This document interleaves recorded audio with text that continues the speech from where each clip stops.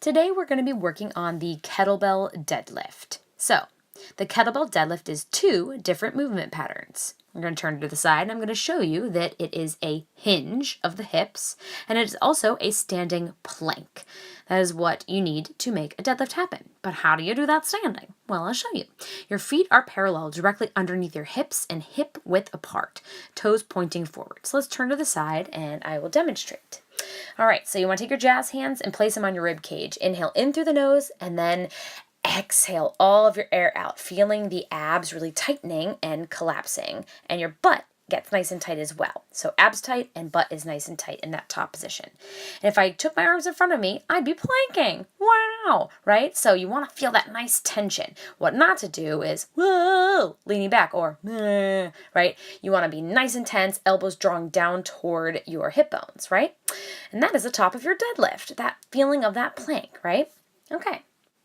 So now let's put this into practice. All right, so take your karate hands and chop your hips in half. Remember that plank position.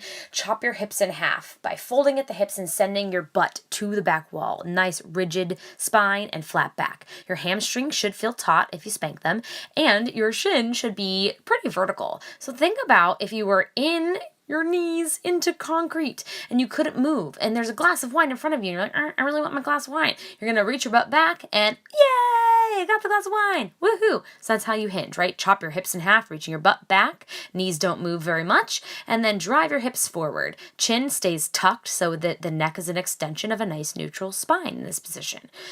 So again, nice neutral spine and flat back. So let's try this with a kettlebell. All right, so you're going to pull that kettlebell to between your feet, directly underneath you, right? So it's not in front of you, and it's also not behind you, right? You are directly on top of that bell. Yay!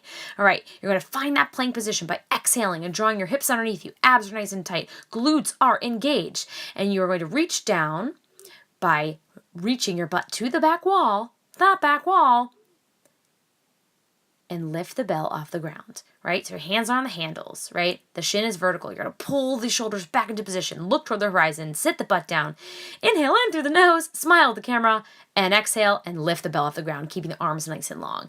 Reaching the butt back again, folding mostly at the hips, very slight bend of the knees so that you're really going to feel the backs of your legs start to tense.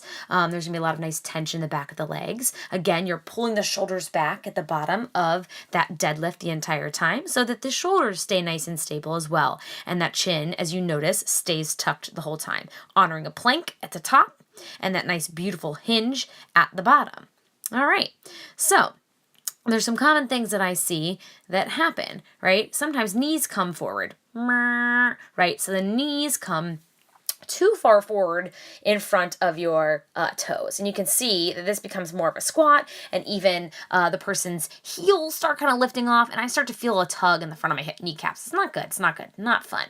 The other thing I see happen a lot is rounding of the spine. Right? So somebody comes up and kind of rolls up into that position and they don't know they're doing it, right? It's hard to feel.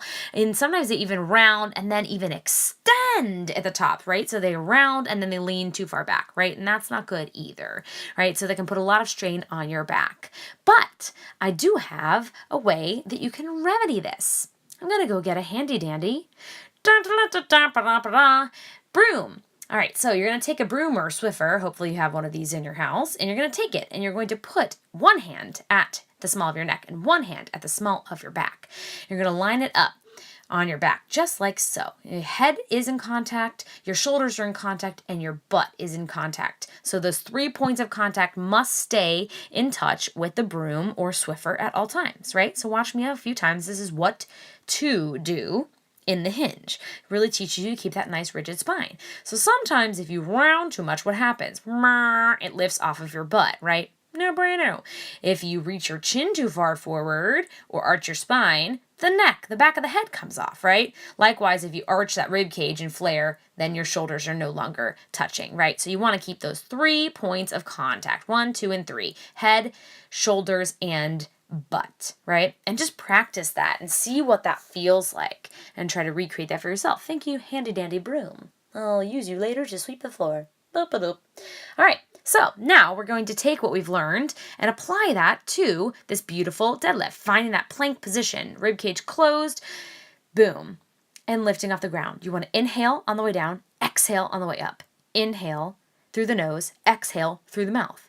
Inhale through the nose, exhale through the mouth. That helps aid the movement, right? This is great for developing strength in the back of the legs, in the glutes. Also works abdominals if you really keep those rib cages closed, like I am advising you to do. So it's going to really feel great, guys. I hope you nail it. Yeah, strong muscles.